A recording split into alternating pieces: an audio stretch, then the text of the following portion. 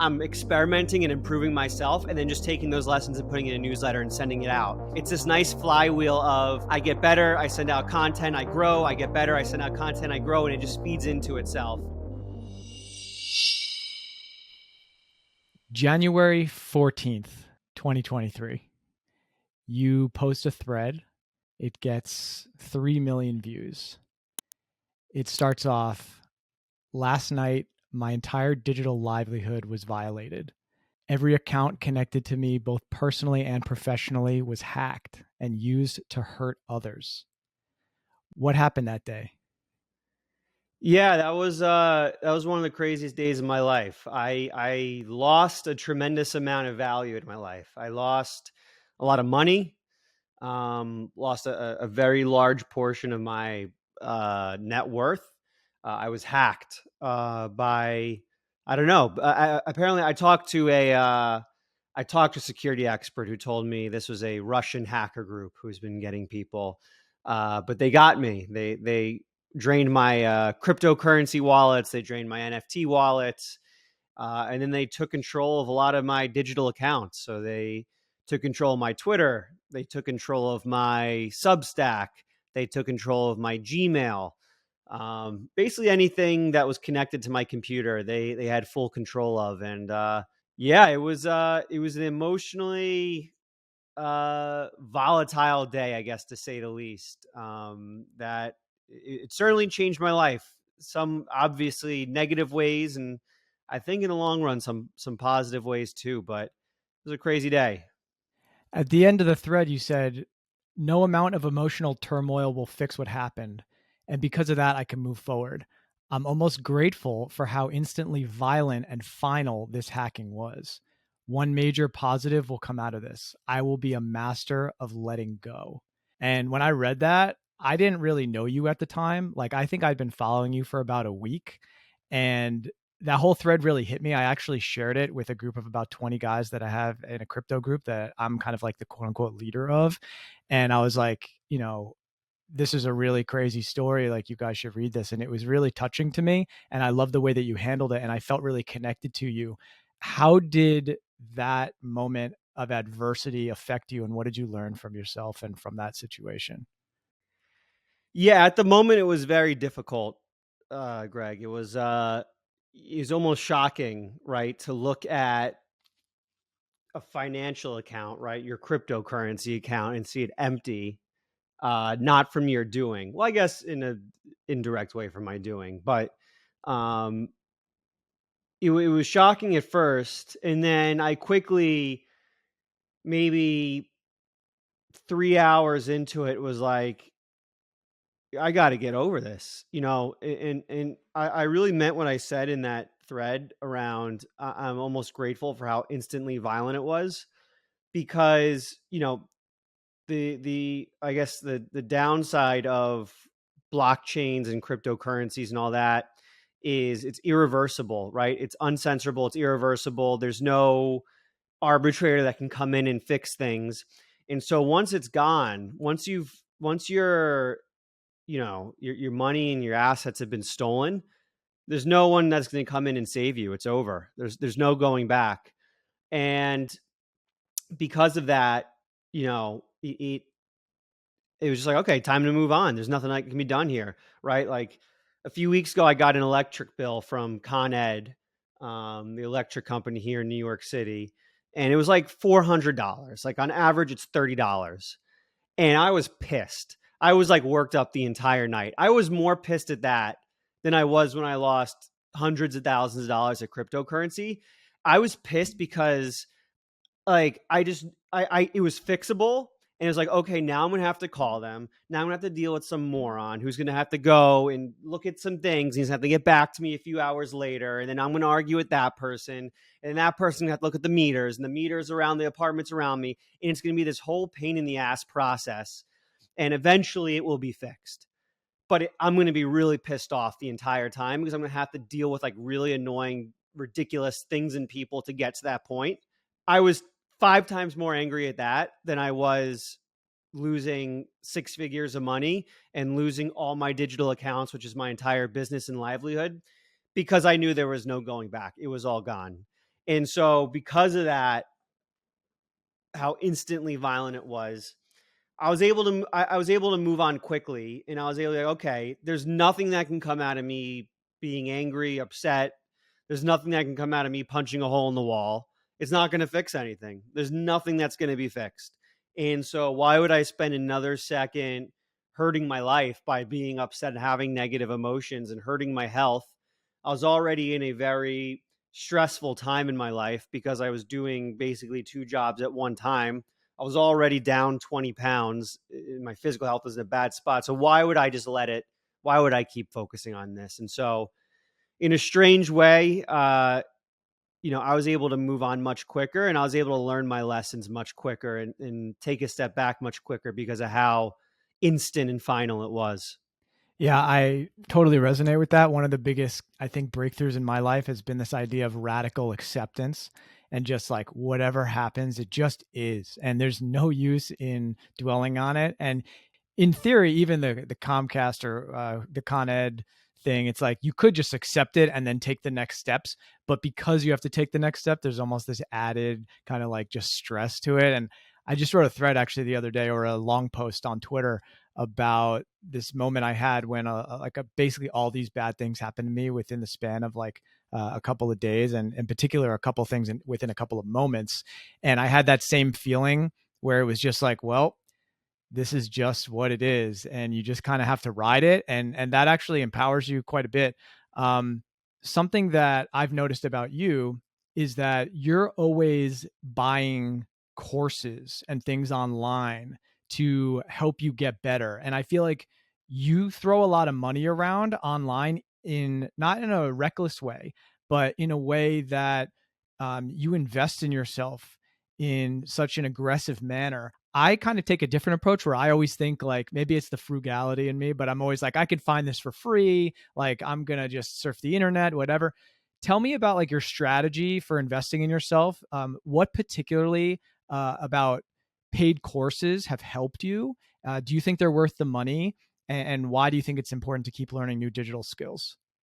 Yeah, I have no budget when it comes to investing in myself, and I recognize that comes from a privileged place, because if I wasn't in a place where I was making a certain amount of money at my job I previously had, which I'm sure we'll get into, um, I wouldn't be able to just throw money around and buy courses. But like, I've always had the mindset that anything that's investing in myself, whether it's food, education, books, things that make me better, the gym, I don't really have a budget for, and I'm willing to splurge on. At the same time, I'm extremely frugal when it comes to everything else. I don't drink, I don't go to the bars, I don't spend anything on that. I don't really do much else. I don't go to clubs and Broadway shows or anything like that. I don't travel too much. Most people travel a lot more than me. I'll go on like two vacations a year. Again, might be coming from a privileged spot saying that, but anyway.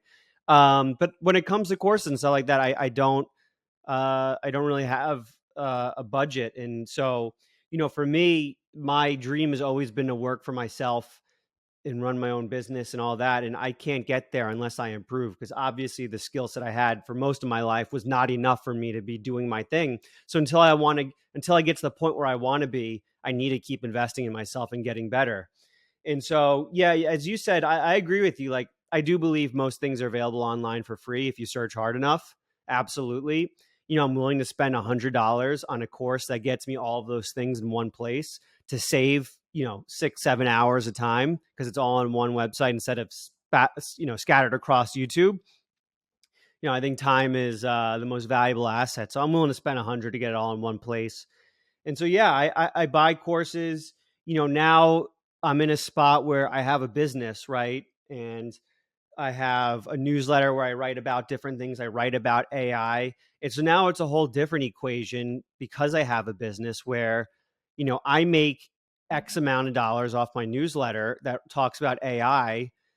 If I invest $100 into an AI course, learn 5 new things, all I need to do is get 10 people into my newsletter to pay back that $100.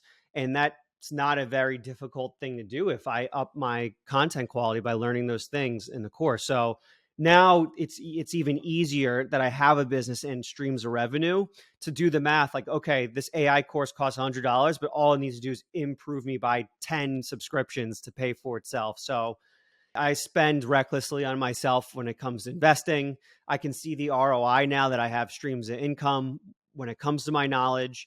And yeah, food and knowledge, two things I don't really think twice about when it comes to spending.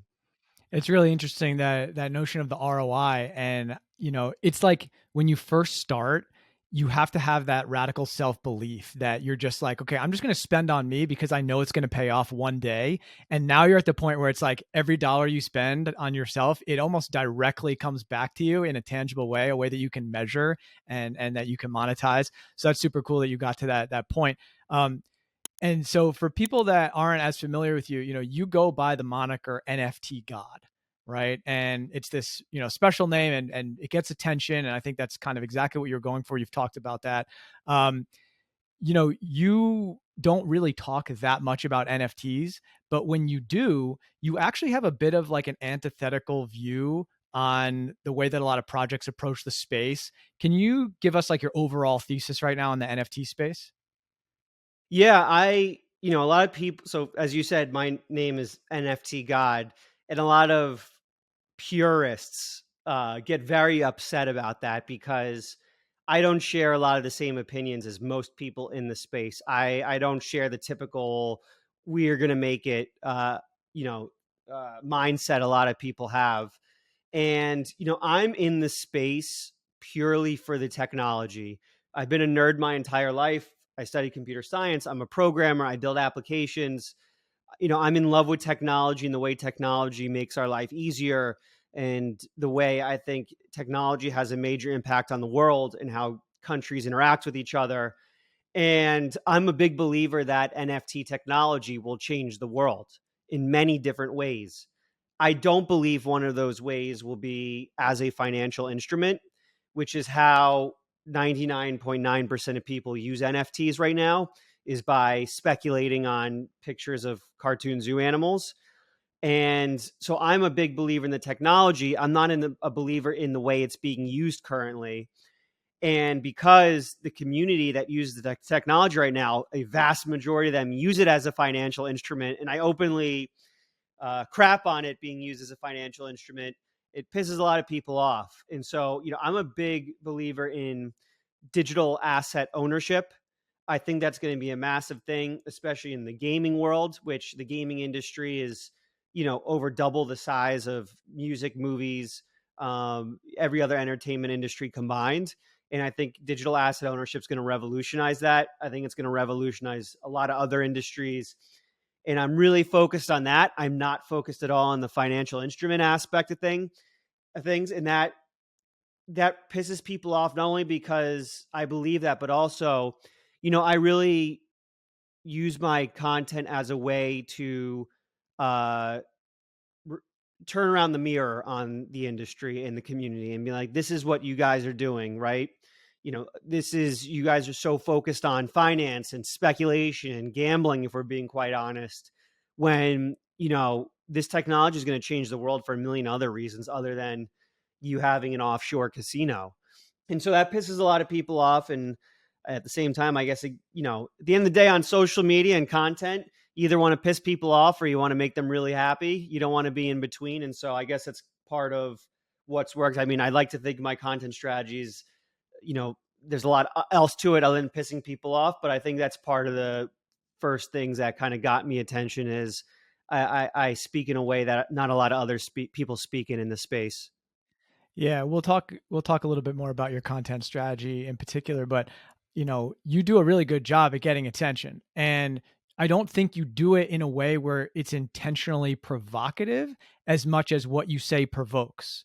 That is what I heard Jordan Peterson once say, where he basically just says what he thinks to be true. And that happens to be provocative to people. They get offended, they get triggered, they react. But you're not saying it because you're trying to get reactions as much as you're saying it because you believe it to be true. And frankly, I believe a lot of what you say to be true. especially about the Web3 space. And one thing that I did hear you say in a space one time, a Twitter Spaces, was Web2 is about building audience and Web3 is about building community. Can you unpack that a little bit? What did you mean by that? Web3 has really revolutionized community marketing. And what I mean by that is in Web2, the marketing standard's been throw advertisements in their face, interrupt them as much as possible until they buy the product. In Web3, I think it's been changed in the way that NFT communities were kind of born and run. Now, marketing in NFTs is very much how can I create an environment for people that connects with them and provides them a safe space to be themselves. Right. Web3 has really revolutionized that kind of community marketing where your project or product is only going to be successful if you successfully build a community. And no project or product in Web3 has ever sold out or made money unless they built a community beforehand.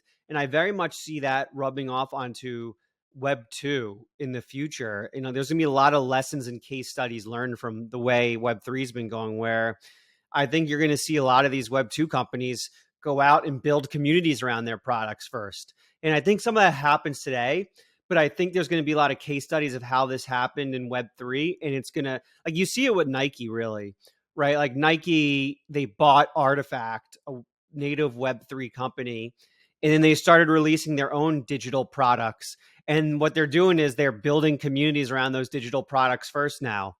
And so I think that's going to be like one of the biggest things that come out of Web3 and all the crazy things that go on in this community is the way things are marketed and how you really have to connect with your potential customers first and give them an environment to receive value before actually selling them the product first. Yeah, and it's a lot easier, I think, maybe to build community in Web3 because there's this ownership stake, right? Where in Web2, you could try to like get people to interact. You could even have like in real life events, but there's no real stake in the platform or in the project. It's like you just believe, or maybe you're friends with some people or whatever it is. But now you own, a piece of that project, a piece of that ecosystem. And so people are way more invested, not just financially, but emotionally.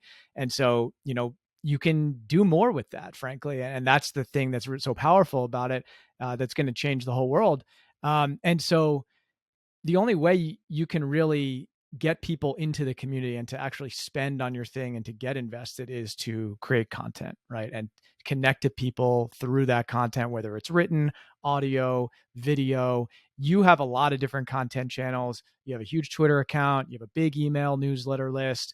You have your Discord community where people are chatting, doing live calls. You're on Twitter Spaces, meeting other people all the time. How do you recommend creators think about their content strategy, especially if they're brand new? How would you start out? What's like, how do you look at all the different platforms right now? Yeah, the biggest thing, well, my favorite platform is Twitter. The reason being is I think Twitter is the highest leverage. And what I mean by that is I don't think there's any other platform where you can spend so little time creating and get such big results, right? Like you can spend 30 seconds writing out a thought and it can be seen by 10 million people. That's incredibly high leverage. YouTube, you have to, script, plan out, record, edit a video, which takes hours and hours and hours. And I think there's more upside on YouTube, obviously, because they have a much bigger audience. But I think it's lower leverage because it just requires such an intense amount of work to get product out the door. With Twitter, you can get content out the door really quickly, fail really quickly, iterate and learn really quickly. You can have 10,000 pieces of content out in the time it would take to get 100 pieces of content out on YouTube or really any other platform. Instagram, you got to get the images. So that's a little bit lower leverage than Twitter because you have to include images, which takes some time and work. So if I were to start, I'd start the way I started, which is Twitter. That was my first one because I think it's the highest leverage, especially if you're someone like me who I had a day job in Web2 up until a few weeks ago. And, I only could create content late at night. I had like a 1 hour window every night where I could create content for most nights because I was so busy at my day job. So I needed something that was high leverage. I would never be able to start a YouTube channel if I with my day job I had before because it was so intensive. I mean, I guess I could have, like, if I spent my all my weekends and like really really sacrificed hard, but I already sacrificed very hard to get YouTube off the ground. Or Twitter off the ground. So it's very hard for me to imagine doing that for YouTube. So Twitter is my my favorite place to start. Again, highest leverage. And then it's just about solving a problem and having a unique voice, right? Finding a niche or a market where you can solve a problem and there's not 10 trillion other people already solving that. For me, it was Web3 and NFTs. I discovered NFTs. I bought my first few NFTs. I entered the community. I looked around, saw there was no one really like sharing value or helping others out. It was all just kind of shit posting and it was all just talking about gambling. I'm like, okay, this is a very unique niche and there doesn't seem to be a lot of people with this type of voice. I'm going to share my own unique voice. And so it was, I found the right niche, I found the right target audience, and I solved the problem they had, and it blew up pretty quick. So that'd be my recommendation: find the right platform, and then find a niche or an audience where you can solve their problem. But even then, if you struggle to find a niche or an audience, just start creating something. Share what you learn. You can always share what you learn. That's what my strategy's been. And then you can find your voice as you go along. Yeah, it's good advice. It's good for the average person to kind of feel like it's attainable and you just have to get started. For context, your first tweet was digital real estate on the blockchain is the biggest asymmetrical investment you can make today. Hashtag Bitcoin. So if that's not hope for everybody out there that you can get online and turn your account into six-figure account, then I don't know what is, man. No, I love you. I just had to bust your balls on that because That was 8 or 9 months before I even hit 100 followers. So that I was put out a I lot of went back, really, bro. I went back. That's the one. That was the first one. And actually, you know what? yeah. There was some engagement on that because I believe you went back and like quote tweeted that like a month or two ago. And so now there is a little bit of engagement on it. But yeah, that was the original. That was the OG post from NFT God. So That had uh, one like up until a month ago. So a month ago, I sent it out in my newsletter and then I sent it out in a thread. And so that's why it has so much engagement now. But before that, I had one like, and that was from my buddy who I started getting into NFTs with. So there's no secret formula here. You just start doing it. you just got to start. And yeah, all the comments are from like a month ago, so it's pretty obvious that it's recent. But you say, I really like this idea of leverage that you talk about, and that Twitter is the highest leverage. You get the most out of what you put in, and you can do a lot more, right? If you want to spend the time to create an intricate video or put together like some sort of long thread with all different research, you can do whatever you want. It's a very flexible platform. But if you want, you can just post something simple and it still has a real chance to go viral and to get the attention of the people that you want it to get to. But you are creating a lot of content. Let's be honest. Like as simple as Twitter can be, you're doing a lot. Do you have strategies around batching content, or are there certain tools and platforms that you use? Can you give people an idea of maybe how to approach from an organizational standpoint? Yeah. When I first started, maybe my first 6 months, I would just fire from the hip, honestly. I gave myself rules at the beginning, 2 tweets a day, because I just didn't have enough time to do more than 2 tweets. And also I liked the challenge of having to make those 2 tweets as high quality as possible rather than just spewing garbage all day like a lot of people do. And so I just wanted 2 tweets a day, make them as high quality as possible. I just fired from the hip.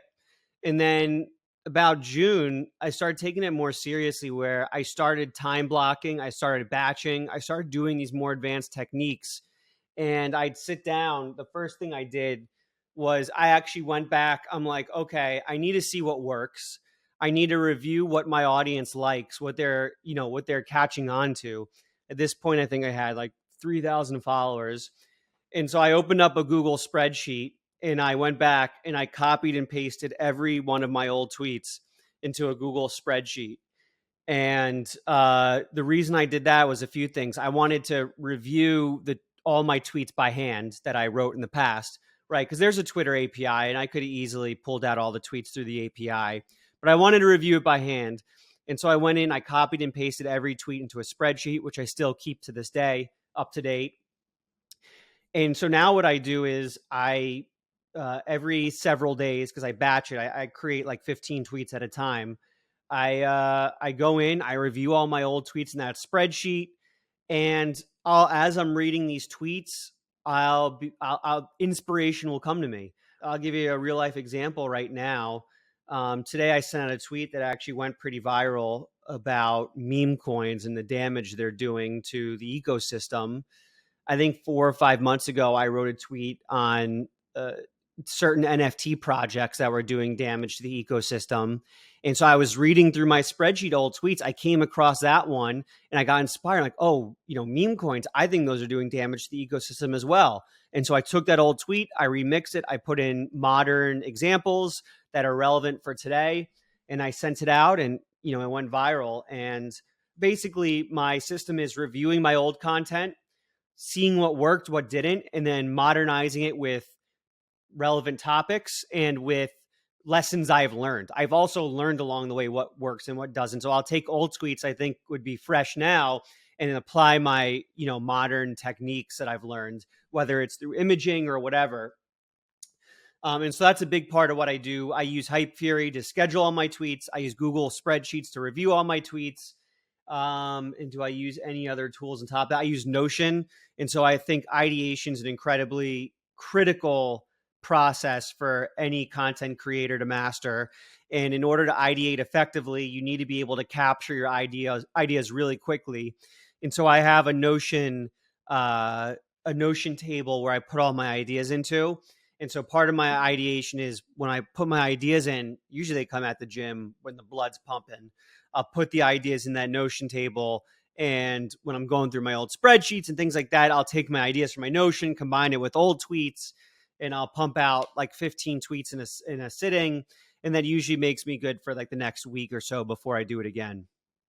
That's good. I think I'm still kind of in that intro phase, especially since I've switched my content over from crypto into self-development, personal growth, and that's even evolving. Which I have some ideas to kind of niche that down a little bit. I'm still firing from the hip a little bit. I have done a little bit of batching, not too much scheduling, and with this podcast coming out, I want to be repurposing this in a bunch of different ways, and I know I'm going to need to create better systems in order to actually distribute that content effectively. And I love how you have the Google spreadsheet where you could go back for inspiration. And so that's a really nice tip that I think people can use. You're also using ChatGPT a lot. You've been really trying to stay out in front on all the AI stuff that's going on. What are some different ways that you're looking at AI for building content ideas and for generating revenue?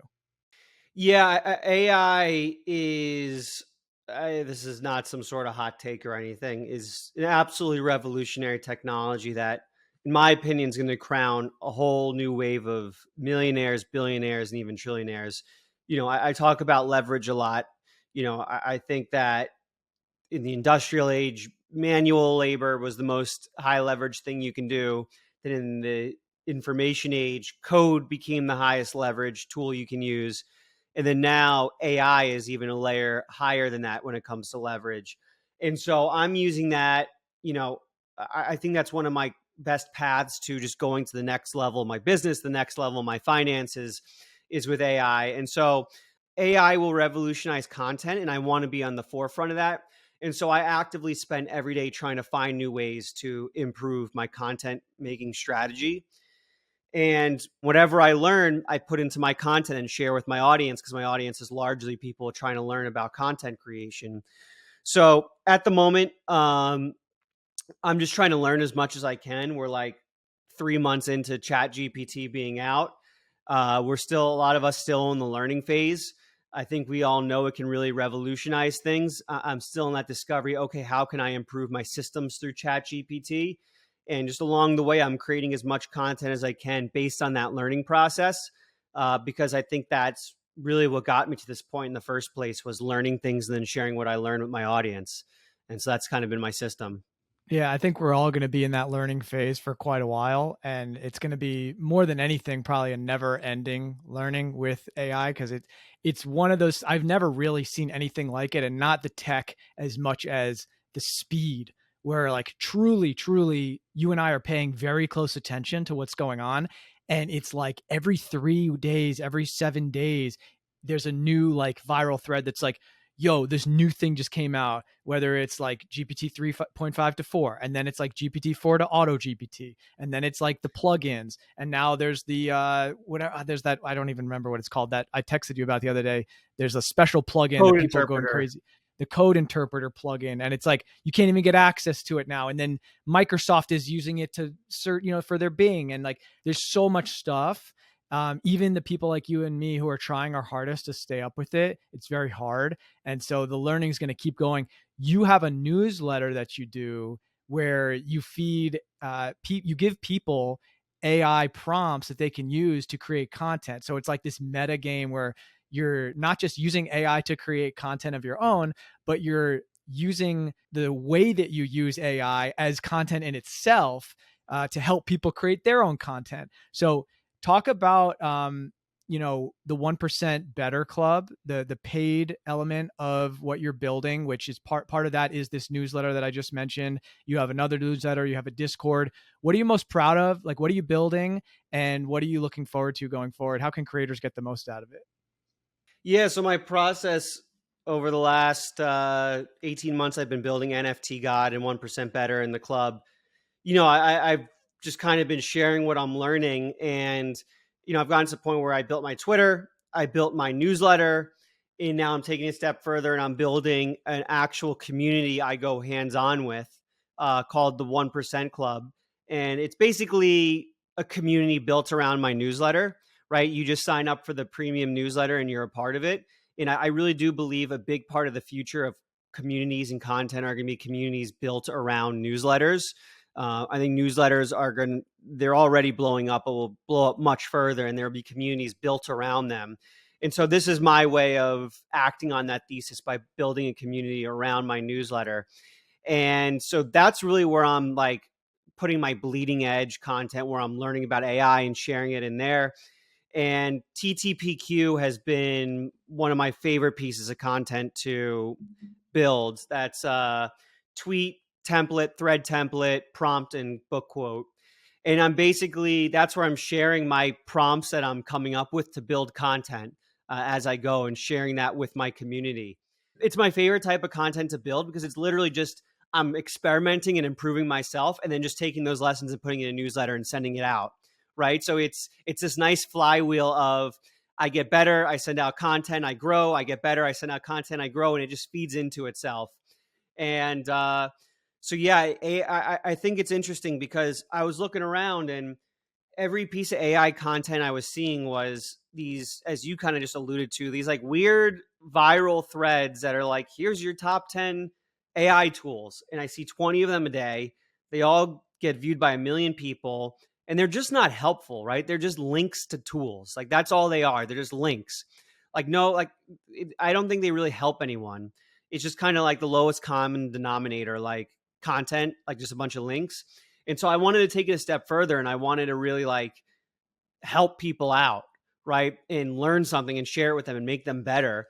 And so like I'm not just sharing links to tools. I'm like, here's how AI is making my content better and how you can use it to make your content better. And I give step-by-step actionable items to actually use it to create awesome content that you can within 2 minutes have a tweet or a thread ready to go. Like I give you the template, I give you the prompt, you put it in, and it's good to go. And so I really enjoy writing that. I send that out to my 1% club, which, the best part about it is like it's not just a one-way relationship. Like if this was Web2 premium newsletters are you pay $10, you get an extra newsletter a month. That's it.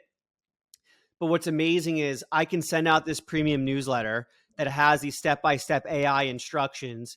People get it, they execute on it, and then half an hour later, I get pinged in the Discord, the community. It's like, hey, I just did it, and this is the content that came out. And now we're all kind of discussing it and talking about it. And so it becomes this like back and forth and this like conversation. And so, that's what why I think one, newsletter communities are going to be a really big thing in the future, and why I'm trying to get ahead of that trend. And two, why I really enjoy the content I'm building around AI, because it's not just, hey, here's stuff going on in AI. It's like, here's how to use it to actually improve yourself and your content.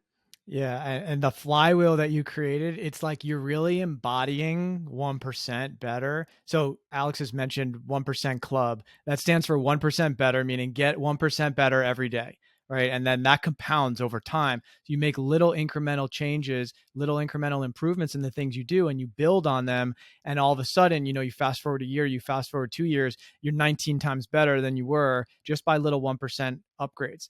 And so by you learning, taking those learnings and putting them out for people, that's a great strategy for really anybody to grow their personal brand, their product, their service by creating content around the things that they're learning. So it's this double effect, and it never really stops. And like you said, the feedback in the Discord and all that things must be really rewarding. So, brother, you really inspire me. Ever since I came across, your work and the things that you're doing, watching you kind of even just in the last 2 or 3 months since we've known each other, continue to keep your foot to the pedal, and everybody, the way you treat people in the community, it's admirable. You're not a guy that's coming from like, let me just try and grab as much money and grow this thing. It's like, how can we do this in a sustainable way where everybody's winning? You truly embody that. I admire you. I love watching what you're doing. And, I feel like I'm a couple years behind you in terms of the content game, but it's nice to have you, someone that I trust, kind of standing out in front and leading the way. And I can kind of learn from you along the way. So thanks for leaving, visible trail, some footsteps so that I can come up behind you. And I'm really excited to work with you on, this YouTube thing that we got coming up. So we'll let everyone know about that in a little bit. But, yeah, thanks, man, for coming on the show. Where can people find you online? What do you want to point them to? Do you want to leave anybody with a lasting message from the God? First of all, appreciate you as always, my man. Just I consider you a personal friend. I consider you the content game friend, partner in content. We're building shit together. It's amazing. I deeply appreciate you. You're just also supremely talented. I like to surround myself with supremely talented individuals. But you can find me on Twitter. It all started with at NFT_God. My business is 1% better. So you can find that at one better by NFT God on Twitter. You can find me at my newsletter, 1%better.io, the number one, the word percent spelled out, better.io. That's my newsletter. Sign up for that. The premium newsletter is the 1% Club. You get to come into the community, hang out with me and Greg all day. And I don't know, we got YouTube coming up soon, bunch of other stuff. Should be fun. But yeah, it was a blast, man. No plug for the OnlyFans. That's on the roadmap. That's not quite out yet. Roadmap. Oh, sorry, I didn't mean to give it up. All right, man. Well, you just revealed it. Alex, thank you for coming on the show, man. I appreciate you, bud. I appreciate you. Thanks for having me on, Greg. Hope you enjoyed that episode. Make sure to subscribe to the YouTube channel. The bigger it gets, the bigger the guests, which means more valuable conversations for you. Also, make sure to check out the Pointing Up email list in the description to get early access to new episodes, plus exclusive answers to questions I ask the guests that don't make it into the show. See you soon.